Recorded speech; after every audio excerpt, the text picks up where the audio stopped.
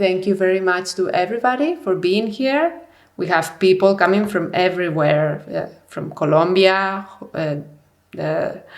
from the Netherlands, from Argentina, Spain, Venezuela, from lots of different places.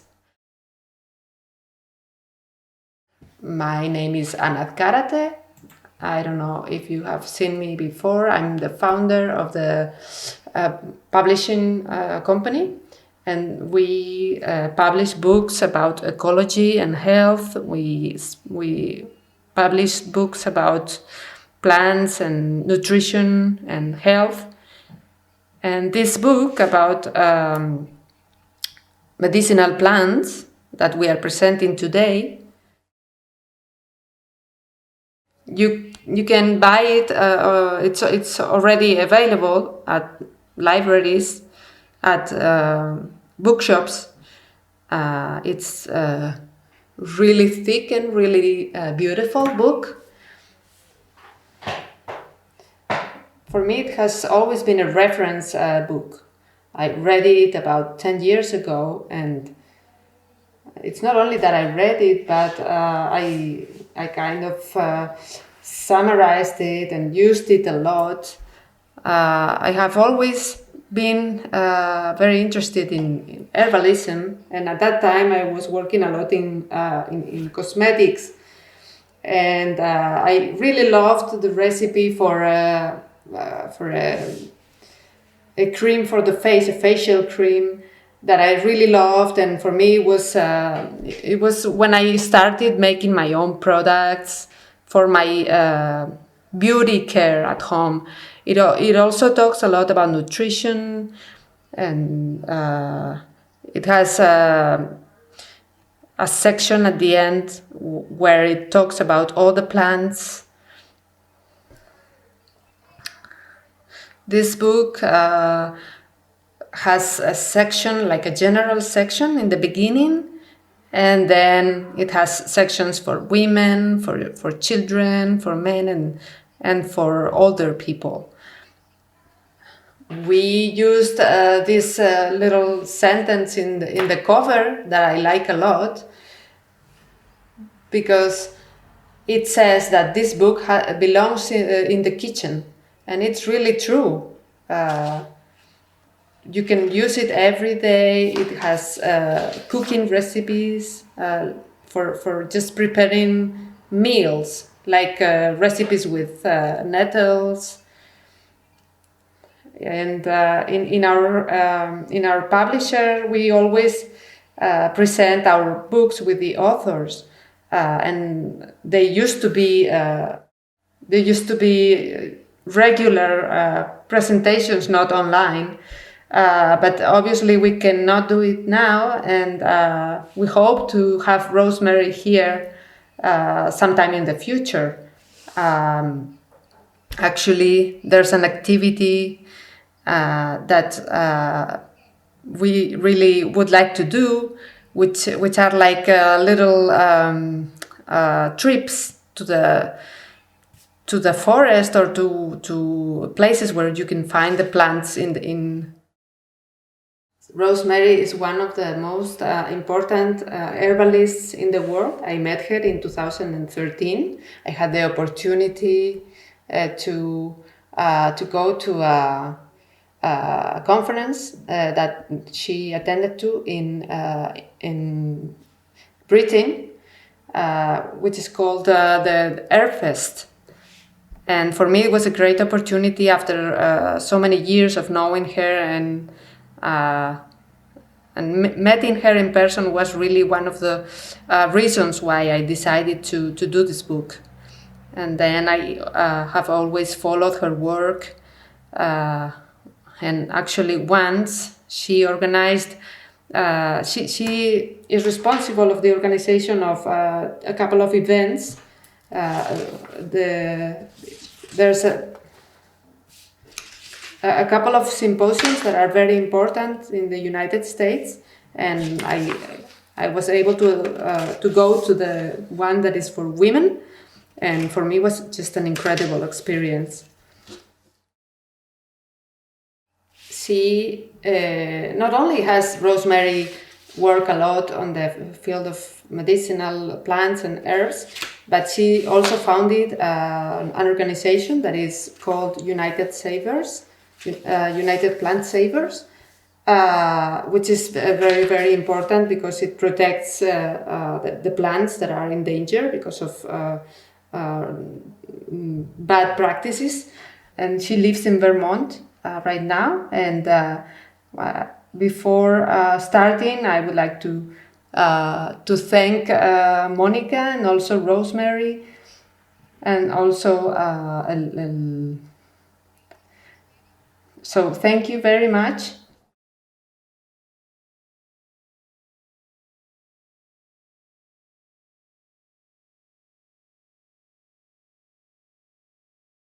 Thank you, Rosemary. Now are you hearing me? I can hear you now, Ana.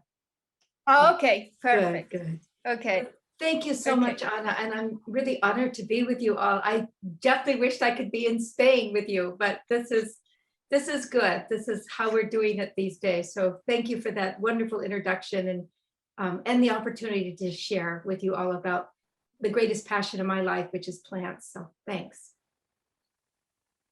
Well, thank you so much for being here with us all today and explaining a bit about your journey in the plant world, and also about this wonderful book that we just published.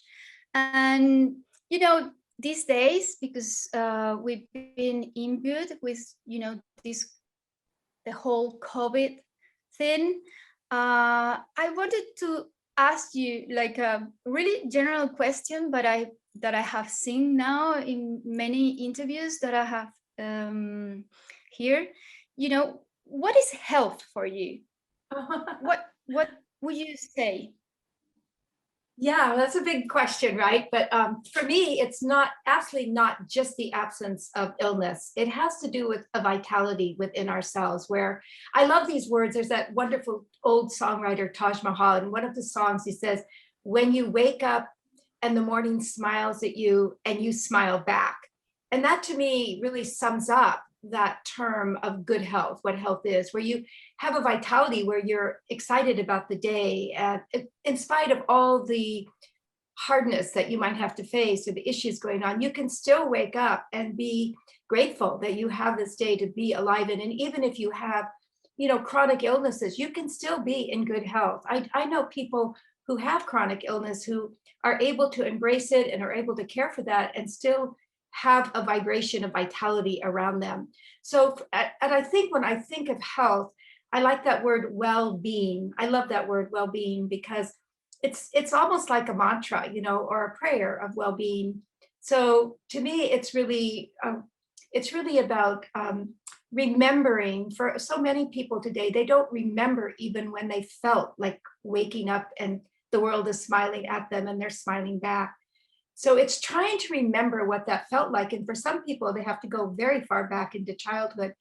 But that's what I think we want to try to attain again, that feeling of, of course, we can never feel that every day, but on the whole, where you wake up and you're grateful for this opportunity to be alive on the earth and to do what our work is, to be of service and to feel as good as we possibly can in the bodies that we've been given to live in.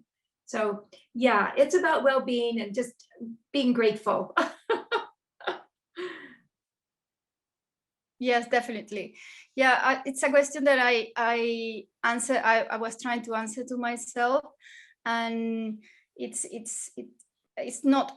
It's as you said. It's not only the absence of illness, but it's being grateful every day. About being here.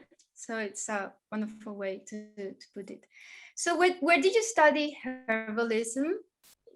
Did you Yeah, so study? I would say I was one of the fortunate ones. I was taught in the way that was old and traditional. So I'm part Armenian, I'm half Armenian. My grandmother and my grandfather were survivors of the Armenian genocide. And my grandmother used to tell us when we were children growing up that it was her knowledge of was her belief in God, because she was very deeply religious and faithful, and her knowledge of the plants that saved her life. And she meant that literally.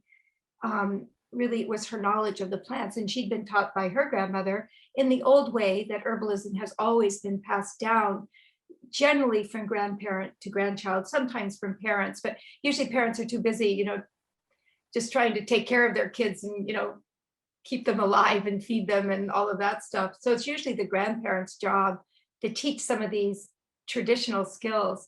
So when I was a child, my grandmother, it wasn't like I was signaled out I'm from a fairly large farm family. It wasn't like I was signaled out as the child. I was taught with all the other kids, and I was taught very informally. My grandmother would take us out to the garden, and instead of throwing the weeds in the compost pile, they went into the edible basket, and she would come in and she would mostly cook with them, but she would make medicines with them as well. So I always honor my grandmother. Her name was Mary Abelian for really carrying that tradition on, and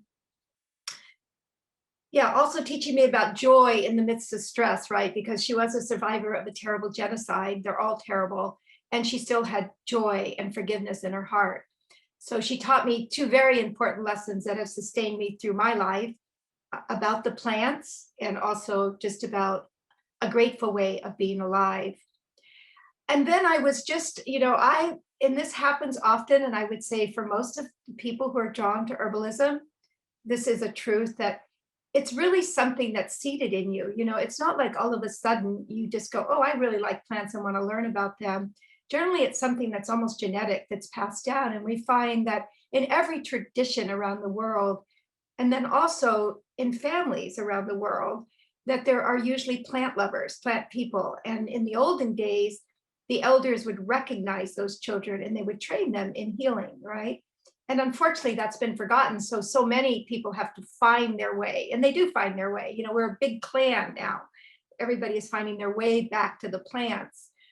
And so, I felt very fortunate in that way, but I also, so that kind of, from the time I was very young, I just, more than the rest of the family, I was very, very enamored of the plants and always interested. So I spent a lot of time with them. I started, even when I was in grade school, I started studying the native uses of them, and our native populations, how they were using them. And then when I was in my late teens and early 20s, I started meeting elders who had huge influence. And one of the, who I always also like to honor, was Juliet de Berkeley-Levy.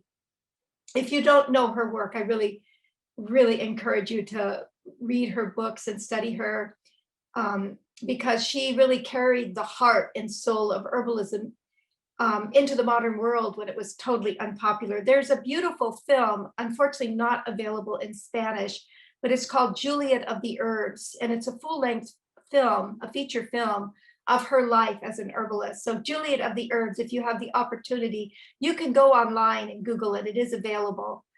So so I would say, it's my grandmother and Juliet that were my primary early influences. Yes, one of the things that I saw the film, and Maketai has it, and once, I don't know when, in Herfest, I think we saw it. But one thing that I really like about the book is that you have those insertions where you talk about, who have been your influences, and you talk about Juliet Le Berkeley-Levy, and you talk about Tasha Tudor. Tasha exactly. Tasha, Norma Myers, and you talk about, exactly. So I feel it's really nice, because then it can tell you more about where you get the whole your whole experience. I always feel it's very important to honor the traditions and the elders who carried that on, because even now, where herbalism is so important, is so popular, it's like it's something that young people are drawn to. And you see it in the marketplaces. I'm sure it's that way in Spain as well. Otherwise, we wouldn't even be having this conversation. But these elders were carrying that spark along when there really wasn't a big interest at all. And so, but they just followed their passion, right? And did what they loved to do. And so I just feel in this tradition of herbalism, it's really important that we always honor the elders who are our teachers and the cultures that carried the fire and the passion of herbalism on, so that it's still alive for us today. Yes, definitely. So I wanted you to tell us about the book, when you wrote it, why, what were you, what is your best part, what you recommend? I don't know. Thank you, Anna. First of all, I really want to thank Anna for publishing this book. This is actually one of my favorite books. I have written, I think, 12 books total, and I love this one because I was allowed to write about the elders in it, and there's a lot of stories, and it also pulls together. So it pulls together a lot of my recipes and puts them in one place. And that was actually one of my motivations for writing it. Was I had amassed by the time I wrote this book, a large collection of recipes, which I also had almost 30 years of experience using already. So I knew that they were impactful and effective for people. And I just wanted to create like a family herbal, an herb book that was about, not just about illness and sickness, but because to me, herbalism is far more than just about medicinal plants. That's a powerful aspect of it, but it's really about a way of living. So it's about, what we put on our body, what we put in our body, what we put on the table. So that was the main reason for this book, was to create a collection of the recipes. And also tell, I weave in stories, and there's a little bit of poetry, it's just the beauty of life I wanted to put in there. And I know, one of the things I wanted to keep it very practical, and also because so many people today in the world are just entering into the world of herbalism. And one of my main teachings for the last 50 years has been to want to make this accessible for everybody, that herbalism is really a people's healing art. It's really about bringing it into the home. And yes, some of you will become clinicians, maybe clinical herbalists, or work with doctors and clinics. And that's absolutely beautiful and fabulous. But the power of herbs is in the home as a home medicine. And that's really what I wanted to focus this book on. And if you didn't mind, Anna, I wanted to read just out of my favorite chapter, which is, well, I love all the chapters, but this I thought was one of the best, was Home Remedies for Everyday Ailments. And I would just like to read the first couple paragraphs, if I may, because I think it sort of sums up what the book is about, because this chapter, which is quite a large chapter in the book, talks about many of the common everyday issues that we have. Things like, it might be colds, it might be a flu, it might be warts, athlete's foot, infections, that are the kinds of things that people always dealt with in the home, right? It wasn't the kind of things that even a generation ago that people rushed to the clinic or the doctor for. And so this book kind of sums up simple home remedies that have worked for people. And so the introduction just says, in the past, injuries and illnesses were treated either by a family member or by the community healer or herbalist. Choosing among the vast selection of healthcare traditions, techniques, and modalities available today, however, can be challenging. When you or someone in your family is ill or injured, what is the most responsible and wise course of action? Should you visit the hospital, call a holistic healthcare practitioner for advice, wait and see if the ailment responds to treatment at home?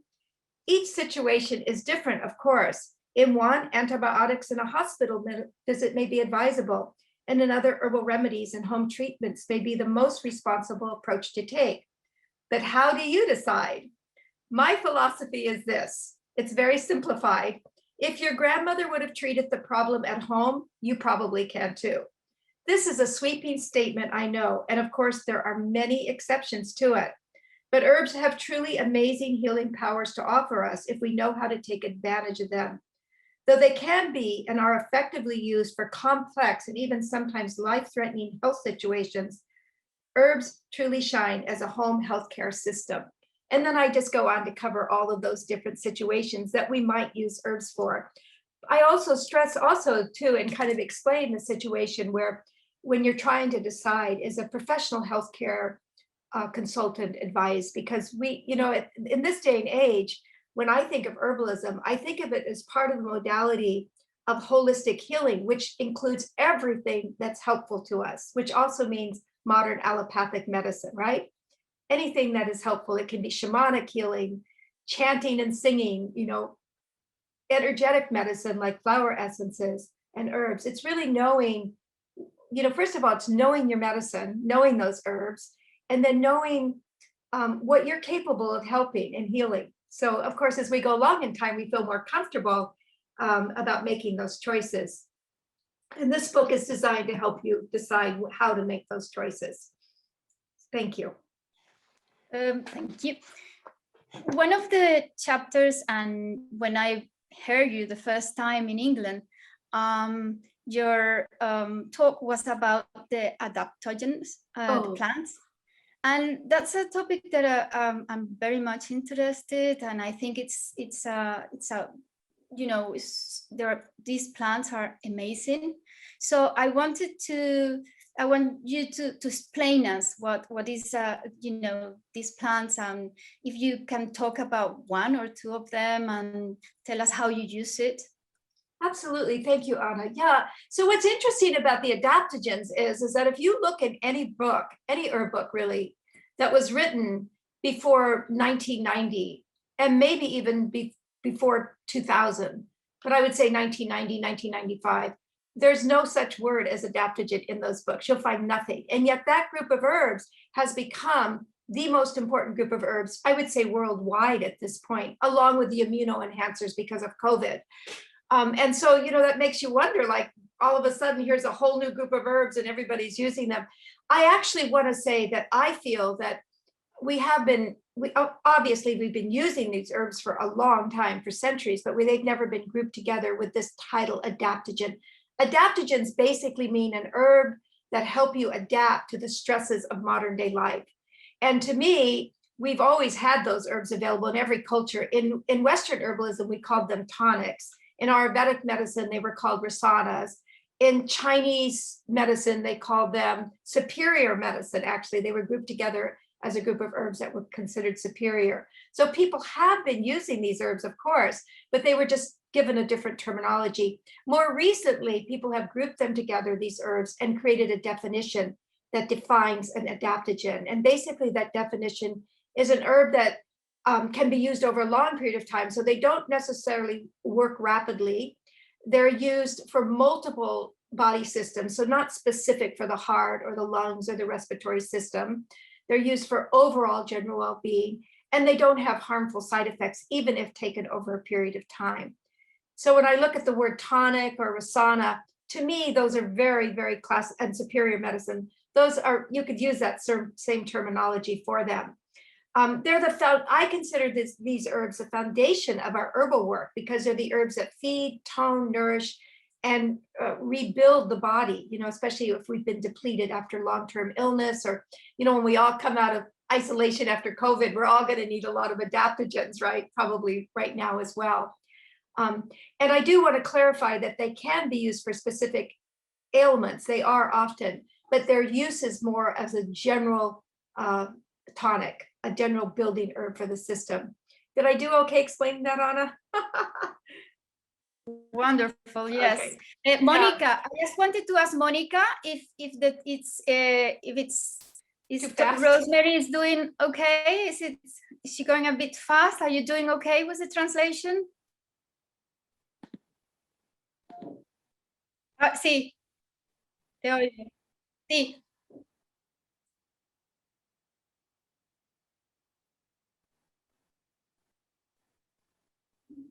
Vale, se lo voy a decir, sí.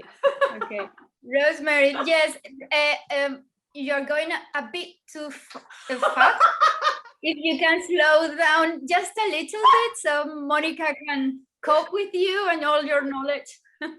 Thank you, Monica. Yes, definitely try. Ana, when I'm doing it, just go like this, and then that'll be my signal to slow down. Perfect, I will. Okay. So a couple of examples of adaptogens, yes, that I would like to give is one of so they're a large group, and they're actually found all over the world. So even in Spain, you're going to have adaptogens. They may be termed, there may be a different term for them, but you have them there. But some of my favorite are is rhodiola. Rhodiola rosaceae, that actually is the botanical name as well as the common name.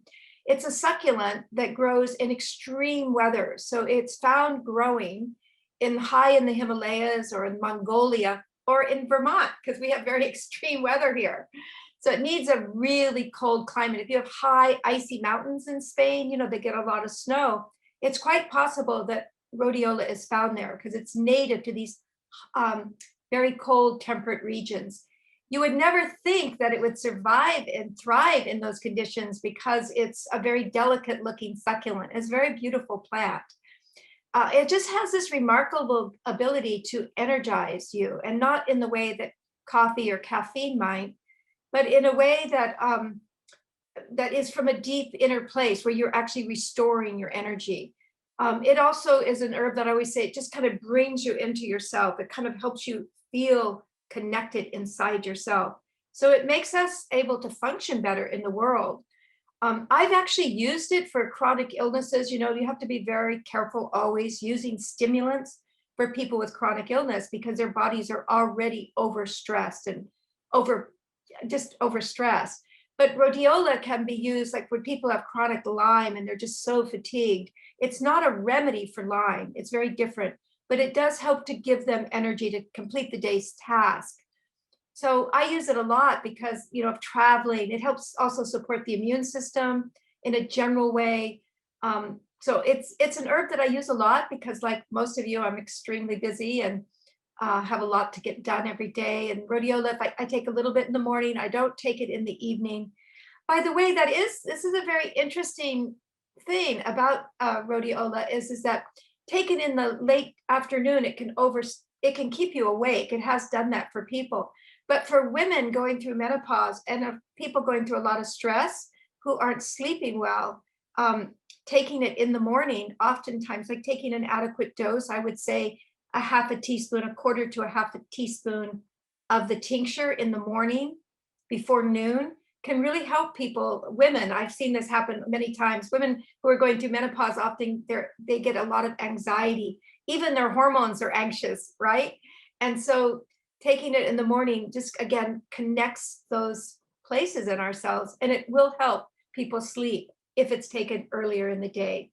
So that's one herb that I think is really important for these times. And then also just a general adaptogen that is where most of the studies, by the way, and even the term adaptogen came from, was from Siberian Ginseng, or Eleutherococcus is called. I still call it by its common name, Siberian Ginseng, but it's more often called by its botanical name, Eleutherococcus. It is a member, a cousin of the ginseng family, and it has very similar renewing properties in our bodies. I think it's really good for anybody in their middle age, or even younger people who are just feeling depleted, and definitely for older people. It's a really good restorative tonic. The difference between using an herb like Eleutherococcus or Siberian ginseng versus using ginseng is Eleutherococcus is cultivated. It grows very commonly.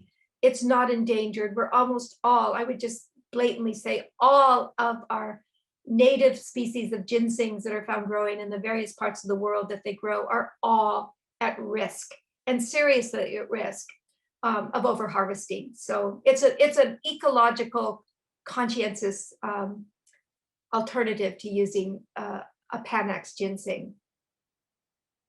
So those would be two. We have many of them though.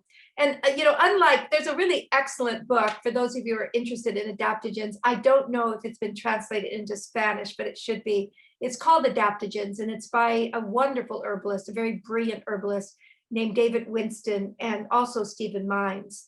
And that book gives you a tremendous amount of good information, really deep, for those of you who really are looking for studying these herbs, and it helps you, know which ones to choose. Oh, by the way, another one, I could go on this subject forever because I love this group of herbs, but another one of my favorite is Schizandra. And Schizandra you can grow in Spain.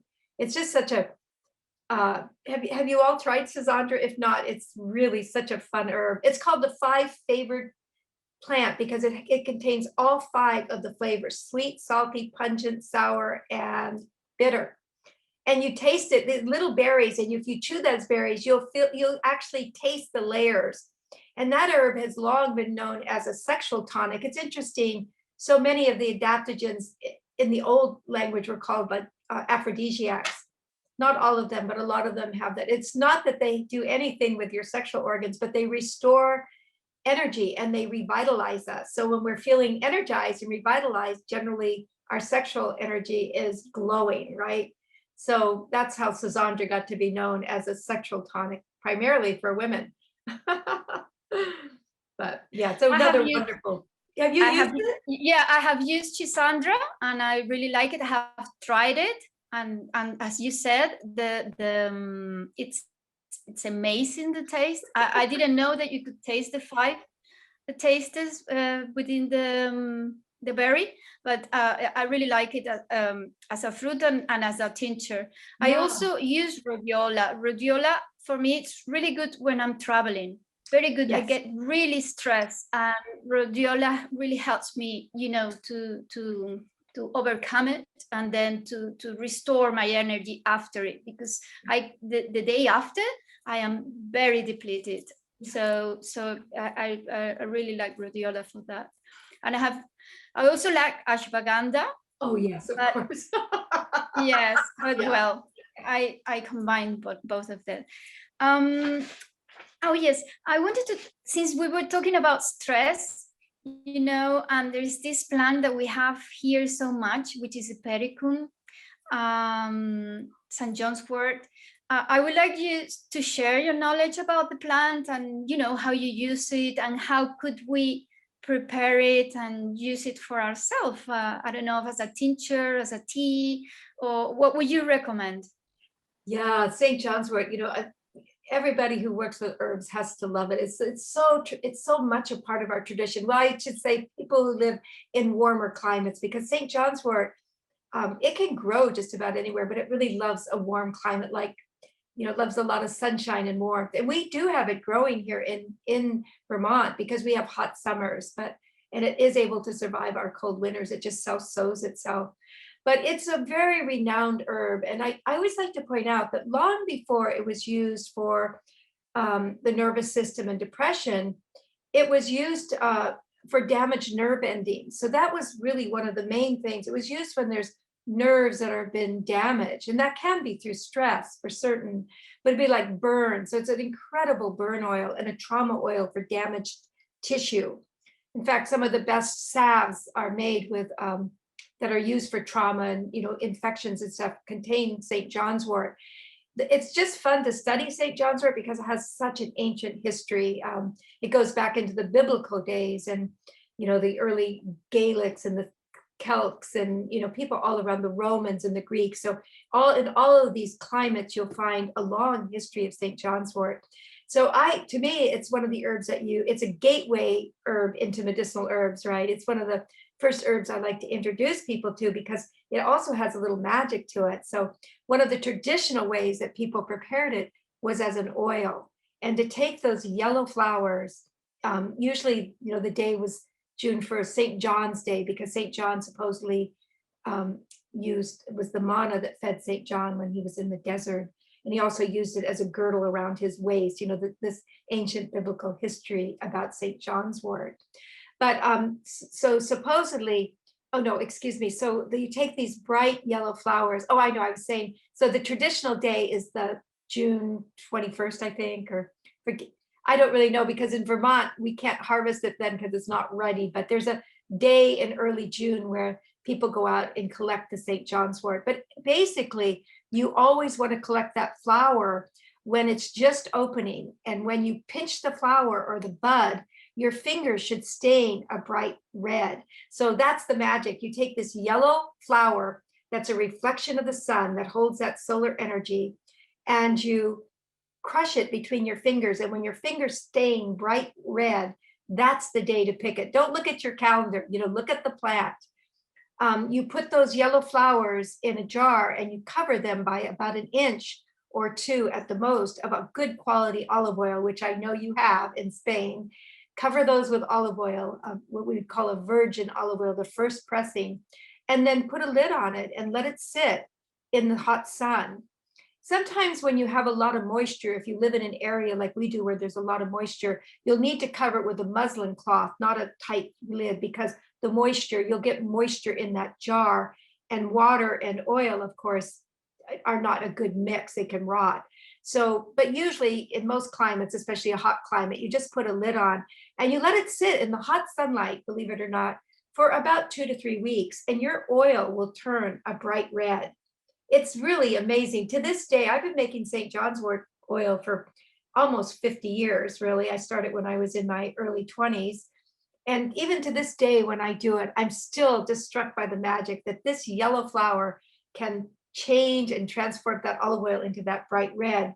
Once you have that oil can be made into salves by just the addition of a little beeswax, but it's also good just to keep as an oil that can be used externally. You can use it internally. And of course, you can make St. John's wort tincture. A lot of people do the same method, except instead of using oil, you're using a good quality alcohol, such as a vodka or a brandy. You don't need a high proof, you don't need a pure grain, because St. John's wort is very soluble, and it will its properties, the chemical constituents that you want in it, that hypericin and all the other properties, are easily broken down in an 80 proof alcohol, such as brandy or vodka. So you can make many different things with the St. John's wort, and people do. It's one of the most popular remedies in the world. And then just to finish with it, I do want to say that right now, when there's so much depression in the world, due to the isolation, and the changes that we're seeing in the world, St. John's wort is one of the really good herbs to bring into your life. It's not for serious life-threatening depression by any means. It's for that kind of mild depression, I would say, like when you don't see the bright sunlight in your heart, you just need a little more light. You're just feeling off. You're not laughing as much or singing in the shower, and you need a little joy brought into your life. St. John's wort is a good herb for that. But most importantly, you want to remember that traditionally, and where it's most powerful, is used for damaged nerve endings. So you look at things where there's damage done to the nervous system, both internally and externally, and St. John's wort is a very good herb to use in a protocol for that. So It's amazing. Yes. Since you brought it up and you talk about, the beneficial aspects of this plant, and, in these times that we are in isolation, I wanted you to tell us about your experience about, this whole year with COVID, and how are you taking care of yourself? What would you recommend us? What can we prepare at home, or what should be, taken into account right now from your experience? Well, we're each different, of course, in how we respond to these things. But one of the things that always helps me is to look at, like, what are the greater lessons that we have to learn here? And I really do think, aside from the terrible tragedy it's caused in so many people's lives, and the grief and the loss, there are really good teachings here. Like, I think about how it's so hard for us to be in isolation, but really until about 50 years ago, people lived like this anyway. Like, you didn't have all the contacts that we even have now that we're in isolation. Like, I would never have been able to speak to all of you around the world, right? Not even on a phone. I would have been able to call 1 or 2 people maybe. People may do with their neighborhoods and their families and those people that they're in isolation with, and they found ways to cohabitate really great together. I also think that, especially when we were here, I don't know how it was for you all. So that's what I'm saying. I'm really talking about personal experience. I can't really answer this for each of you, but for me, like when we were in complete isolation, when the COVID first struck, to have the world slow down, to have less cars on the road, to have less people at the malls and in the stores, and less consumerism, the earth was incredibly celebrating. Mountains that we hadn't been able to see, like in places like LA and surrounding the big cities, people were able to see. I heard the Himalayas for the first time were being able to be seen in places from India in just that short amount of time. Imagine, 3 months maybe. The waters were running clear. So, nature may be having something very powerful to teach us. And whether we humans will learn or not remains to be seen. But the lessons here are really important for us. And then also, there's very little emphasis in our country, I don't know about in yours, placed on what people actually can do to help restore and build their own health. Nobody is saying, and if they do say, I think it's improper to say that these herbs will keep COVID away. We don't really know that. But what we do know for certain is they help us be more resilient. They have spent millennia helping humans to be more resilient against all kinds of bacteria and viruses, illnesses and plagues. So there are definitely things that we can do. And to know that you can do that is so self-empowering. So, yeah. And I think even now with the vaccines, whether people are, again, totally personal choices, whether you decide to get one or not, it should be just your own decision. It's your body. You should make that decision. But no matter, even if you do, you have a responsibility to continue with self-care. Just because you get a shot doesn't mean that you don't have a responsibility to make sure that not only your body is healthy, but your families and your communities, right? At least, again, as I said, that's the way I look at it. So I have been very responsible. And when it first came down, I built up my reservoir of healing remedies so that and I sent a note to all my neighbors. I have a big apothecary here. If you need anything, I can, I'm readily available. I put little notes on all their front doors with some herbal tea so they would know. I live out in the country, so I only have like maybe 10 neighbors that live around me, but that was one of the ways I felt I could reach out to help people. I also sent the same information. I compiled a large amount of information that I posted online with a lot of links and resources for people. So you can go to my website and be directed to that. But I sent that to my family. So that was another way that I could be helpful.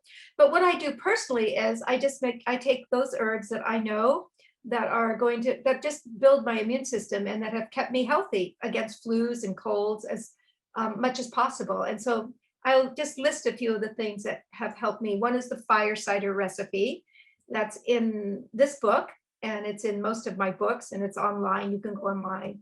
You can read the whole history of fire cider. As bizarre as it sounds, in our country, fire cider went to federal court. It went all the way to federal court and won. So in our country, fire cider is now free of trademarks and anybody can make and sell it, not just one company. So we won. Tradition's not trademark. We're very proud of it. It's just a home remedy. You don't even need to go to an herb store. You go to a grocery store and you buy vinegar and horseradish and garlic and onions and ginger, turmeric. You can change the recipe. It's like most of my recipes. You can add your own immuno-enhancing herbs into it. And you make it into a food tonic. It's basically designed as something that you would use in the kitchen. You can put it in your salad dressings, put it on your grains, take a little shot glass. I mean, it's strong stuff and not everybody can tolerate that heat by any means. But for those people who like spicy hot, this is a fiery remedy. I don't leave my house without taking a hit of it. I just feel great. Take a hit, put my mask on, put a few little essential oils on my mask. I have some essential oils that are antiviral that I just rub and get in my nose because they smell so good and it clears my lungs out. But also if any little virus tries to get in there, they're going to like be offended by the scent. They're going to, so it's not like I think that it's not like I think I'm immune to the virus, but I'm definitely doing what I can to keep myself healthy and strong. So I also use and have on hand Sweet Annie, which there's been a lot of research that's come from different parts of the world. So Sweet Annie is a very common herb that belongs to the Artemisias. Monica, I'm probably talking too fast again. I'll try to slow down here. So Sweet Annie is an herb that belongs to the Artemisia family, and it's a very common herb. It's often found growing in gardens, and people who make wreaths and floral arrangements often use it a lot. In fact, you can find it in florist shops.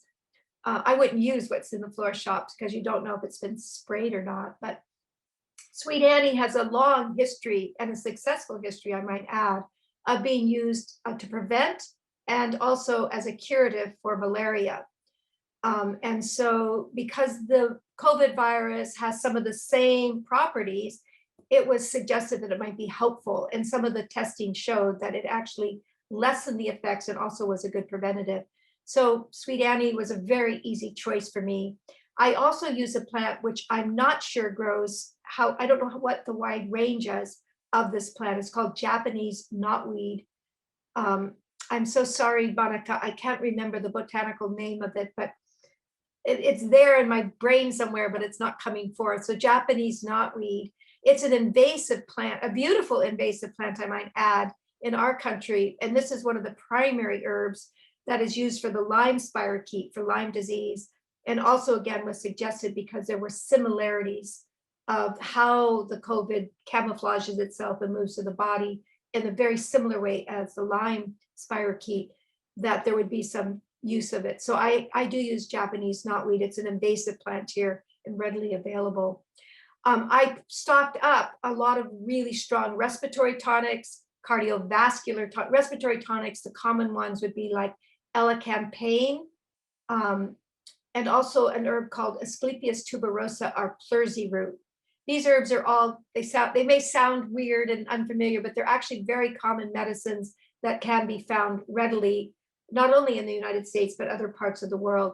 Pleursy root is, I need to point out, is we consider it an at-risk plant in the native environments, but it's cultivated readily and is a beautiful garden plant. It would grow very well in a hot climate.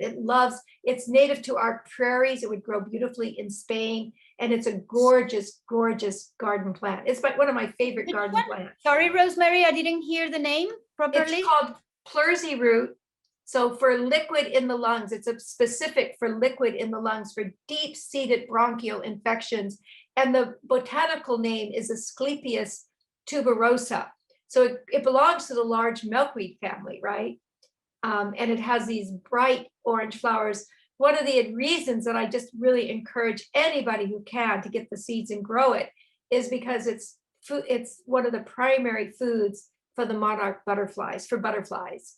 So you're not only taking care of your own body, but you're also helping the beautiful butterflies of the world, particularly the monarchs. So there was a number of other herbs also, but I also recommend doing those supplements that have been known to really help with the immune system and to help, ward off COVID, would be the vitamin D, the zinc, the omegas, and vitamin C. So I don't do those every day, by the way, but I do them when I know I'm going to be going out, if I have to shop or whatever. And currently my 97-year-old mother is living with me. I've been very busy. And so I have to be extra careful. And these are the kinds of things that I tend to take care of her with as well. And then just as a final thing that I would say, I also, two things. One is I use medicinal mushrooms. So I have a blend. It's called the 5 Defenders. It includes chaga, reishi, lion's mane, shiitake, and I forget the 5th one, but it's a blend that I buy, and I use those every morning in my dandelion latte that I make out of dandelion. I add the medicinal mushrooms and some froth milk, and I drink that I take about a half a teaspoon of those medicinal mushrooms every day. More is better, but that's a good stop. And then I did want to mention that I also am one of those people who I did buy ivermectin.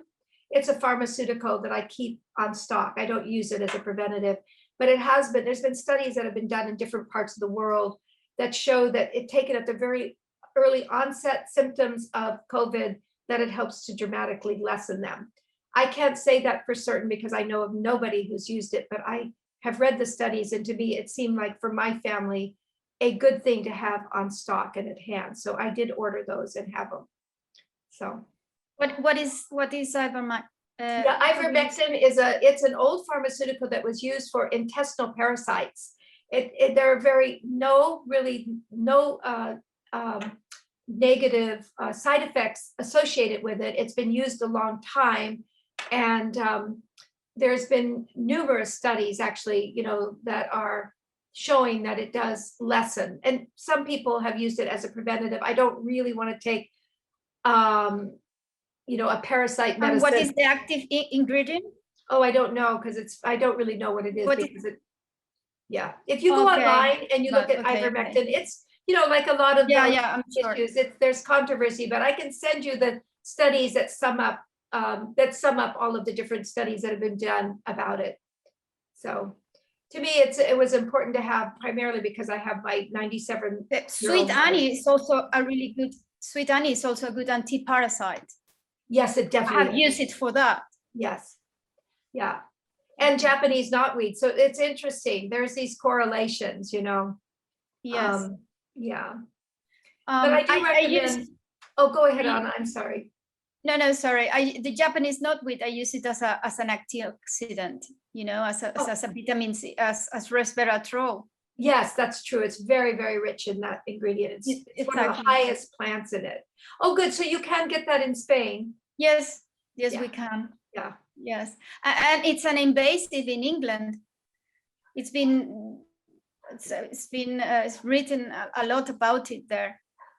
If I may speak up for invasives, I definitely understand the need to keep invasives, like we do that in our gardens, right? No matter how much we love a plant, if you have a garden, and invasives can readily take over weaker native species. However, what we're discovering and what has been discovered is that many of the invasives are some of our strongest medicine, and the medicine that is needed right now.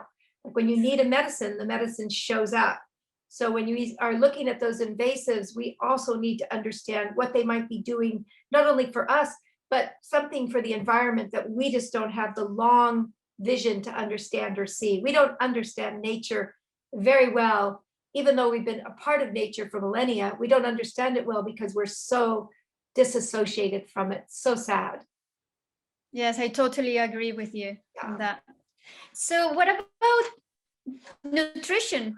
What do you, how are you taking care of yourself and your mother? What are you eating these days? Yes, well, I'm a forager. So I love gathering wild things. In the winter here, it's impossible because we're buried under snow. But we're also gardeners, so we do freeze a lot of food. My mother and I are both vegetarians. I've been practically a lifelong vegetarian. My husband he eats meat, primarily fish and chicken. So we're sort of a multi-feasting family. I have cooked vegetarian for so long, and I'm so adept at it, and I don't mind cooking meat for my husband, so long as, for me, the issue is just how the animal has been sacrificed for eating. I actually have the same issue about plants. I want to make sure that they're harvested with love and integrity. I always feel better eating plants that are grown with that love. I just think they're healthier. So yeah, I'm not really eating any differently than I normally do. We just eat lots of greens and vegetables and root vegetables, and for the winter time, try to eat. To me, there are so many diets, it can get so confusing. I mean, you think about 50 years ago, talked about diet, it only meant somebody was trying to lose weight, right? But today a diet is complicated and confusing, and there are rules. People walk into grocery stores with pieces of paper trying to figure out what to eat. To me, eating should be about pleasure. It should be about, enjoying what you're eating. It should be, to me, the rules basically are try to eat what grows locally as much as you can. Food that grows far away should be a treat occasionally.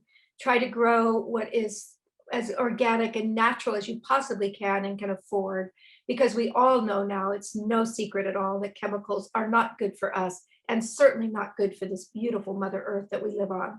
So whatever we can do to create the earth to be more healthy will aid in us. So it's really just, to me, eating what you enjoy, unless it makes you feel badly. So, if you drink a lot of stimulants and it makes you agitated and you start yelling at your family or your partner, then you need to really look at that and think, maybe this isn't making me feel as good as I can. That old Taj Mahal song, waking up in the morning smiling at me, and I want to smile back.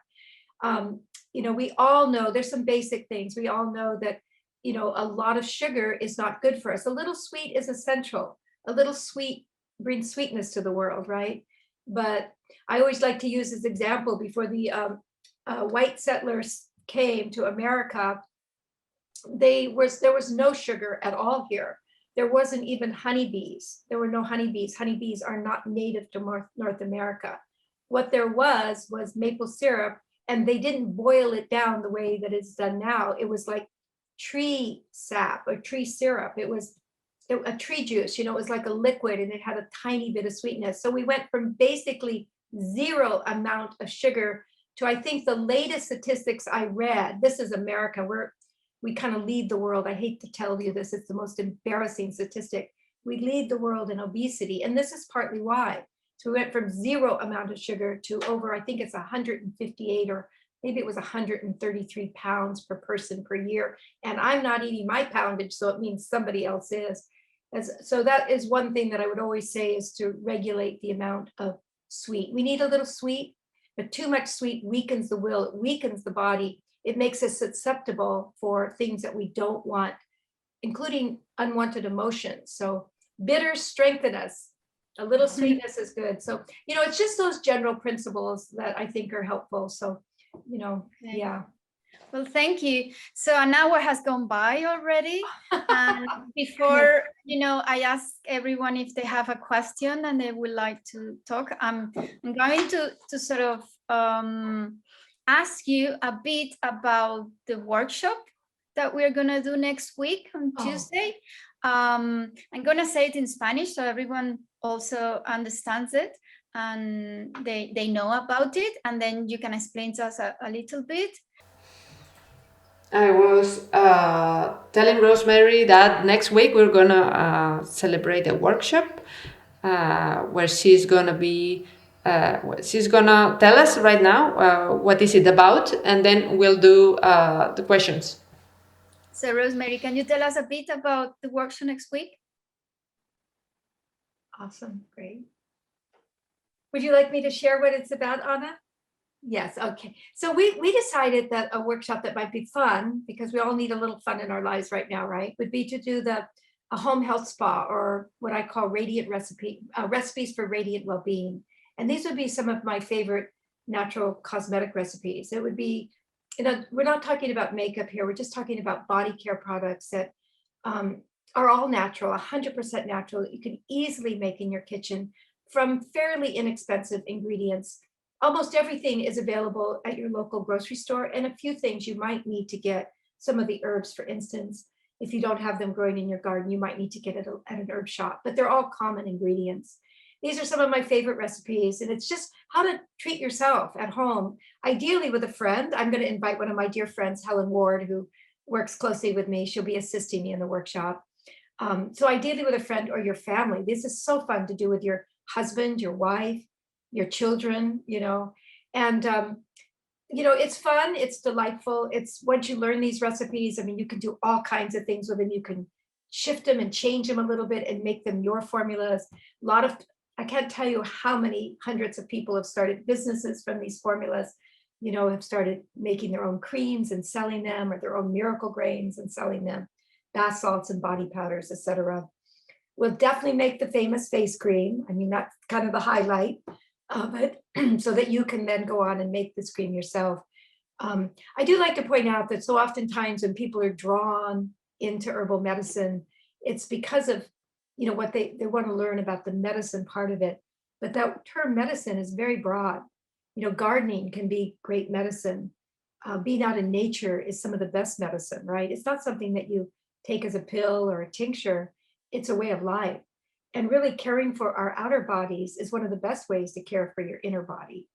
So, I would say self-nourishing. I remember one time when a very famous woman, Andreas Lourdes, said that, self-care is not self-indulgence. It's about self-preservation. So I think it's a very important lesson. But my primary reason for wanting to do this is just so darn much fun. So I hope you join us, and men will enjoy this as much. I remember about 30 years ago when I first met my husband, it was maybe 29 years ago. It was one of the things I enticed him into the relationship with. It was his birthday, and it was like, sweetie, let me do a home spa for you. And he's sitting there in the chair with cucumbers on his eyes, his hands in an herbal bath, his feet in herbal bath. I'm rubbing his shoulders with the cream, and he was in pure bliss. And he says, "Just don't tell my friends about this." But he loved every minute of it. So I really want to invite, the guys to join us as well. So thank you. Yes, I have used your herbal spa. The whole thing with friends. I've done it many times in my life, and I just find it amazing. Yeah, it's a really amazing trip. Yeah. Yes. Yeah.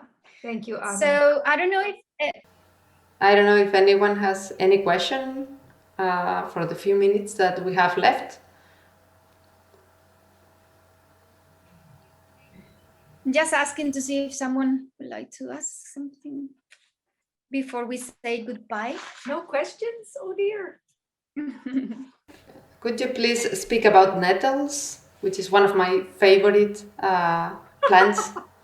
Thank you. It's one of my favorite plants too. I always tell everybody if I had to live on a deserted island with only one plant, it would be with my buddy nettle.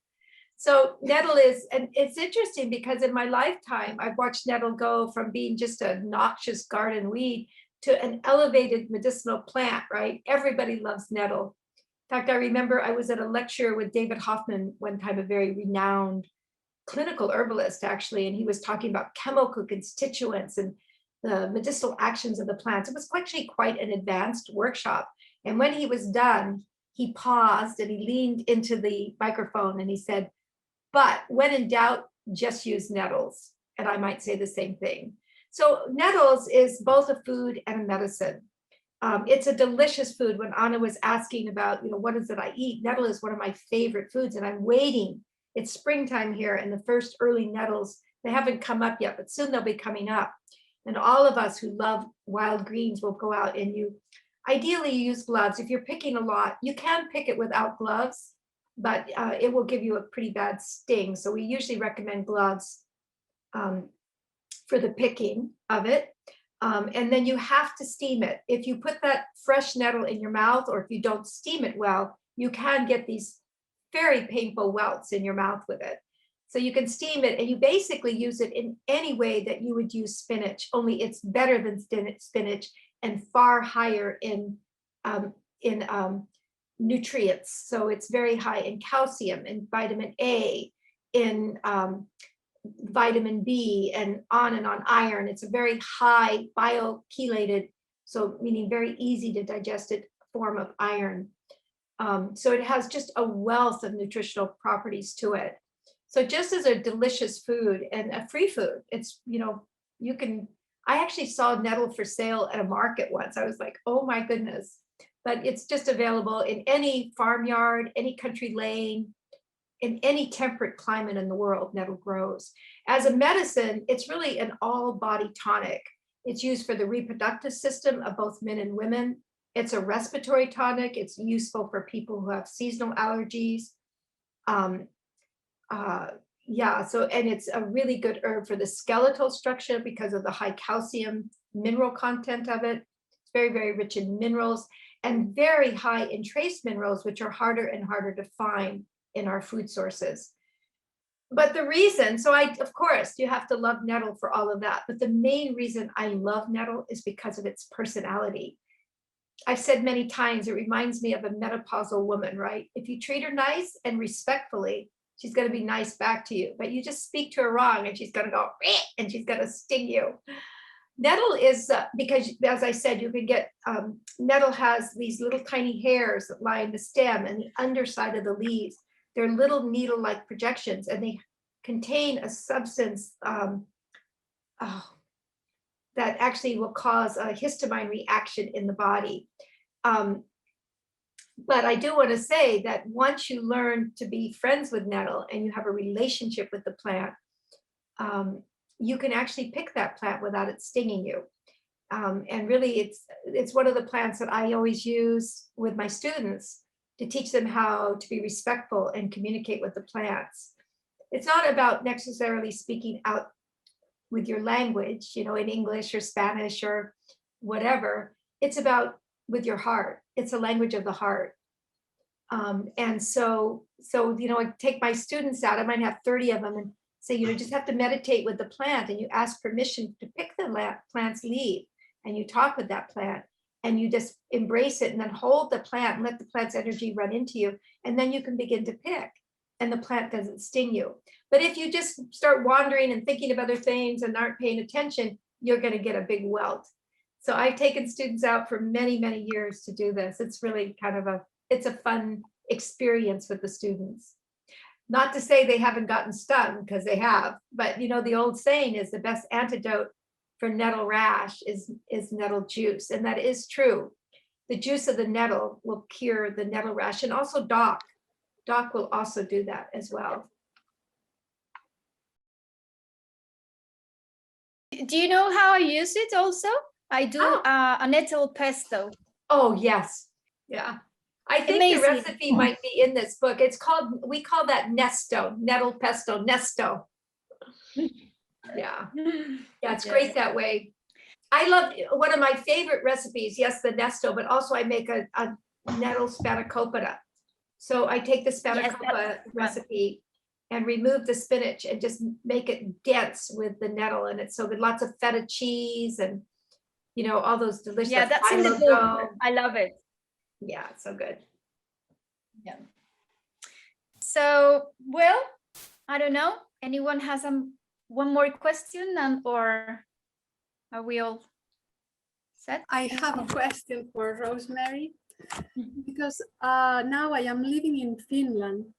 Oh, Yeah, it's I've always wonderful. wanted to visit Finland. And here I can find a lot of these species of Ipericum called Ipericum Maculatum, but not the perforatum. And I was wondering if does it have the same properties? Can I use Ipericum Maculatum, or should I not use it? So if I understand the question, you have Hypericum, but not the perforatum. You have another species. Exactly, yeah. Yeah, so some of them do have, so they're not all interchangeable, but some of them are. I'm not familiar with the one you're mentioning. The primary thing is that in the Hypericum perforatum, you can actually, you get so much of that Hypericum, right? Which is not, it's not the only active ingredient by any means. There's never just one active ingredient in a plant, it's a combination. But that is a pretty important ingredient in the St. John's wort. So St. John's wort is the only one that I know of that really gives that deep red color. So as I said, I'm not familiar. It's possible that it does have properties and similar, but maybe not the same. But the thing about it is that, so Finland has a short summer, right, and a long winter, just like Vermont does, and we grow it here. So it's possible that so long as you have about 3 months of sunshine, you will be able to grow it. You just have to get the seeds and plant it. It should, I would imagine if it would grow there, so long as you have sunny summers, which I believe you do, right? Yes, we do. Yeah. So just try what Rosemary said about seeing if it makes your fingers red. And if it does that, it means that it is equally potent.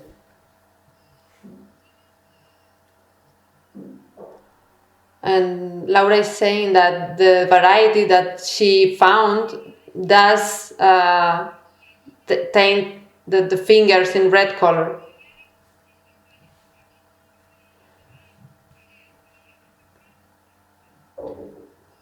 So yes, and I just said that if it makes the fingers red, that it means that it's also potent.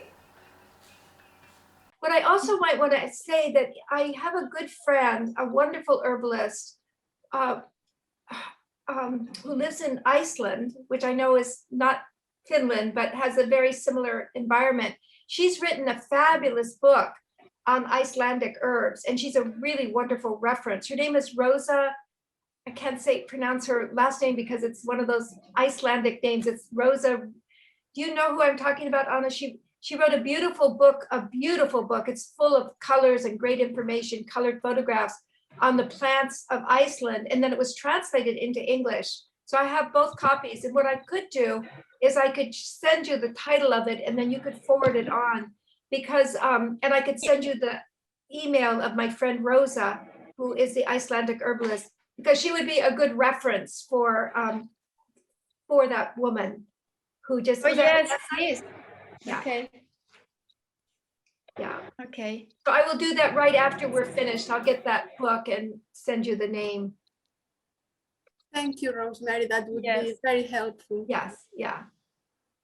So someone is asking that when you have so many plants, this lady from Chile, she says that there are so many medicinal plants, but you know, she doesn't know where to find information about them. How can she? Yes. What can she do? I love Chile. I got to travel there one time, and I met this fantastic woman, Marcela Ibieta, who is a young herbalist who lives in Chile, who was trained with her grandmother. And again, I'm happy to send you that on. I have to pull up her name. I can send you her as a reference, because it would be wonderful for this woman in Chile to connect with Marcela. She was actually a teacher. I invited her to come to the International Herb Symposium and teach Chilean herbs and her tradition at this event. But so really what we always encourage people to do is to use what grows locally. And how good places to start is there are local herbalists. They're usually older. You'll find them in the community. They may not advertise, but there are still old people alive in these villages and towns who know about the plants. And if you can find them, it's not only helpful for you, it's helpful for them. It helps validate that they still have this information that's important. There's also, so there are these good people that we find. It's just, how do you connect with them? So finding a few plants that you know and learn is far better than knowing a lot of plants. I've definitely been one of those herbalists that say, I learned this from one of my teachers early on. It's better to be an herbalist who knows 40 uses of one plant than the type of herbalist that knows one use of 40 plants. So I really, I don't know if that's answering your question. Many of the herbs that we're talking about can easily be grown, but really ideally it's finding your local plants. And you definitely in Chile have an enormous resource of plants available. So I try to find Marcela's address and email address, her contact information, and I'll send it to Ana, and then Ana can you forward it on to her, Ana? Yes, I will. Perfect. Yeah. I'll make a note to myself so I don't forget these two important things. Yes, and if not, I'll remind you. Someone is asking, Heli is asking, what about plants and music? Do they dance? Do they change with music? I think that's a beautiful question, and so one of the ways that we find that people learn to do plant communication, and there's a huge amount of work done, by the way, in the world around this. There's a whole community in Italy, in northern Italy, called Dominor, where for about the last 30 plus years, I think it's even been longer, they have been doing this remarkable research into plant communication and how the plants sing and talk back to us. And in fact, I remember at the Women's Herbal Conference many years, I would have my good friend Pam Montgomery, who does this kind of work. She would bring her plants and she would hook them up to these little instruments that then would translate their sounds to us. And we would listen to them singing. It was amazing. And they would respond to us. And we would get really excited and just like, oh, the plants, their sounds would go higher. The plants actually would then vibrate to our vibration. It was very beautiful. But I started to say, like, one of the ways that I teach people how to hear the plants is really through singing to them. That singing changes the octave of our tone, makes it into a higher vibrational sound, and all of nature responds to that sound. So you do what we call song talking. You can sing to the plants, and of course you have to practice and you have to listen, but the plants talk back, not in the language. It's a different type of language. As I said, it could be the language of the heart, but you feel they're responding to you. It's fun, it's delightful, and it's an ancient language. Sometimes it's said that it's a forgotten language. I said, or a lost language. And I said, no, it's not lost at all. It's just forgotten. We have to revitalize it. We have to start speaking it again. And when we start going out and greeting our plants and telling them good morning and asking how they're doing, then they do respond back to us, and we hear it. We hear it through our heart and our whole beings. Thank you so much, Rosemary. Thank you. We are, past time. And thank you so much for your time. I really enjoyed your talk today, and also I just want to thank you for all the work that you've been doing for, for the knowledge and the promotion of plants, and, the conference and United Plate Savers and your talks and your time and your recipes and everything. It's really amazing, Thank you. to have someone like you so close in Thank this you. moment. Thank So you so far much. and so close. Well, I look forward to coming to Spain. I'm looking forward to our plant lovers journey, doing something wonderful there. So, and thank you. I want to thank everybody for joining us, and, I want to thank you for loving the plants up and loving the earth, and we're all doing the best we can. And just to remain hopeful, I think that's one of the, well, it's not just remaining hopeful, it's doing the things that we need to do to stay hopeful, doing the work. And to me, that work is mostly just fun, it's joyful. Doing the work of the plants is joyful. So I hope you join me or able to join next week with us, and I look forward to it. And thank you, Ana, so much. Okay. Thank you for publishing the book. I really appreciate that, and God is blessed.